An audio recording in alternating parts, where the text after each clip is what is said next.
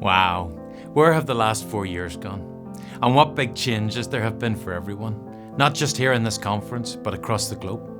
I'm recording this on the day that the UK gets a new Prime Minister and all the uncertainty that brings. It's just another sign of the prophetic times in which we live. But for our conference, 2 out of the 3 officers have changed, over a quarter of the directors have changed. We have established the Property Development Department and Adventist Radio London. These have been extraordinary times. It has been a privilege and an honour to have served this conference as its secretary over this quadrennium. But this is not a solo effort. I have had a fabulous team to work with: Jackie Crawford, Valerie Austin and Tanya Grant. For their hard work, their support and their smiles. I could never thank them enough for the contribution that they make. But thank you. We have a fantastic group of people in our office on St John's Road.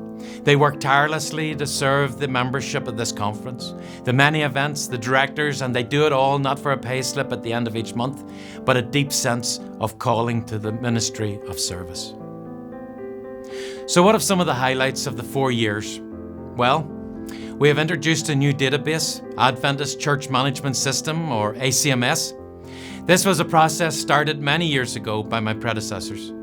This is a product of the General Conference in association with the South American Division, who originally developed the software. The desire was to have a membership database fit for the future that would allow the membership of our congregations to be managed at the local level, that would streamline reporting, simplify the transfer of membership, improve the accuracy of the data that we hold on our members, and of course, seek to ensure that all that data is securely held.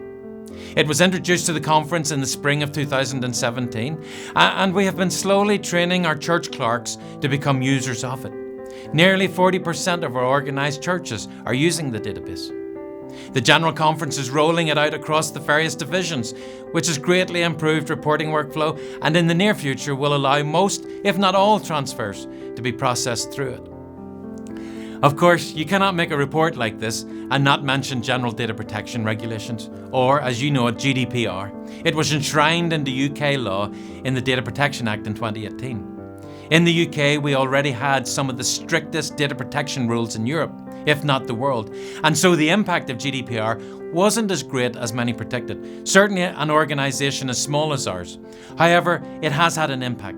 ACMS had to be rewritten to accommodate EU regulations, and we have had to be more intentional, precise and transparent in how we use and manage our members' and contacts' personal information. Finally, an example of how we use some of the information we process. One of the annual themes we have marked over the last 4 years has been retention. How well are we keeping our church members, and how many are we losing out through the proverbial back door? Well, there are 3 areas we can look at to see how well we're doing. The General Conference did a report back in 2015 where they suggested that the attrition rate worldwide was around 39%. So how does the SEC compare with those figures? As you can see from the report, there are 2 measures we have included.